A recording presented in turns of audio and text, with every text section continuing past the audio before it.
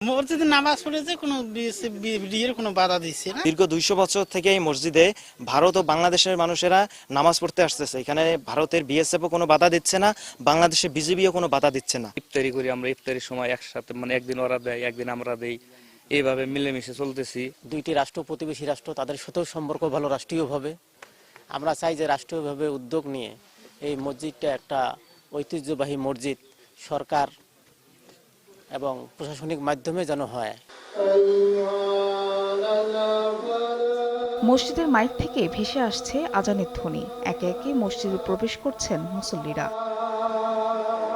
কিন্তু দেখে বোঝার উপায় নেই এরা বাংলাদেশ ও ভারত দুই দেশের নাগরিক। কোনো পাসপোর্ট ভিসা ছাড়াই বাংলাদেশের ভূখণ্ডে এসে ভারতীয় নাগরিকরা আদায় করছেন জুম্মা সহ অন্যান্য ওয়াক্তের নামাজ। আর এতে কোনো বাধা নেই বিএসএফ ও বিজিবির। কুড়িগ্রামের ভুরুঙ্গামারী উপজেলার পাথরডুবি ইউনিয়নে 18 শতক জায়গার পশ্চিম প্রান্তে অবস্থিত দক্ষিণ বাঁশচানী ঝাকুয়াটারি জামে মসজিদটি। মসজিদ ঘেঁষা উত্তর অংশে ভারতের পশ্চিমবঙ্গের কোচবিহার জেলার সাহেবগঞ্জ থানার ঝাকুয়াটারি গ্রাম। পাশে আন্তর্জাতিক মেইন পিলার 978-এর 9S সাব পিলার। 1947 বা 1971-এ দেশ ভাগ হলেও ভাগ হয়নি মসজিদ, এমনকি গ্রামের নামও। বাপদাদার আমল থেকে চলে আসা এই মসজিদে একসঙ্গে রমজানের ইফতার ও নামাজ আদায় করতে পেরে খুশি দুদেশের মানুষ। আমার বাড়ি ইন্ডিয়াতে। আমি অনেক দিন থেকে শুনি এই মসজিদটার ব্যাপারে, সবাই আসে এখানে 5 ওয়াক্ত নামাজ পড়ে। তো আজকে আমরা আসছিলাম কয়েকজন নামাজ পড়ার জন্য এখানে একত্রিত হয়ে। তো খুবই ভালো লাগলো। দুই দেশের সরকারের প্রতি আমার অনুরোধ এটার জন্য হয়, কেন এখানে বাধা বিঘ্ন হয়েছে। কাজটা এতদিন যদি বাধা না হইতো, কাজটা আমার মনে হয় হইতে তো হওয়ার দিকে এখন এইটুকুই আছে। আমরা চাইতেছি ভারতের বাংলাদেশের সহযোগিতায় এই মসজিদটা হোক, আমার এটাই কামনা। মসজিদে নামাজ পড়েছে কোনো বিয়ের কোনো বাধা দিচ্ছে না। আমরা মনে করি সরাসরি যাই, সরাসরি নামাজ পড়ি।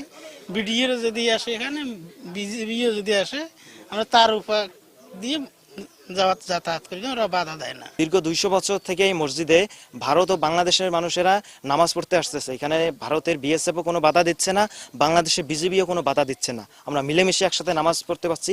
শুধু নামাজই নয়, আমাদের এই ভারত ও বাংলাদেশ একটাই হচ্ছে সমাজ। এই সমাজে আমাদের একসাথে কোরবানি হয়, বিয়ে শাদী হয়, বিয়ে শাদী দাওয়াতেও আমরা যাই। এখন রমজান মাস চলছে, রমজান মাসে এখানে ইফতার মাহফিল।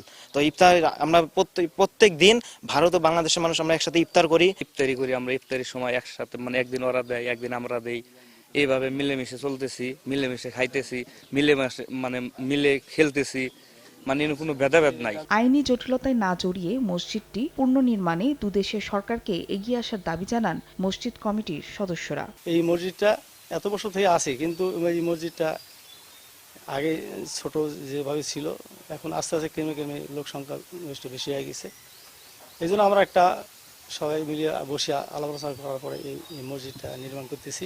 দুইটি রাষ্ট্র প্রতিবেশী রাষ্ট্র, তাদের সাথেও সম্পর্ক ভালো রাষ্ট্রীয়ভাবে।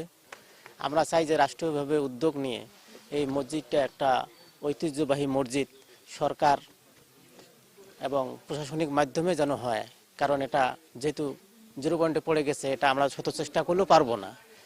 তাই বাংলাদেশের একটা ঐতিহ্যবাহী মসজিদ হিসেবে যেমন দুই দেশের সম্পর্ক, তেমনি একটা মসজিদের মাধ্যমে যেন একটা স্মৃতি হিসেবে থাকে। খুব তাড়াতাড়ি দুই রাষ্ট্রের মধ্যেই বন্ধুত্ব টিকে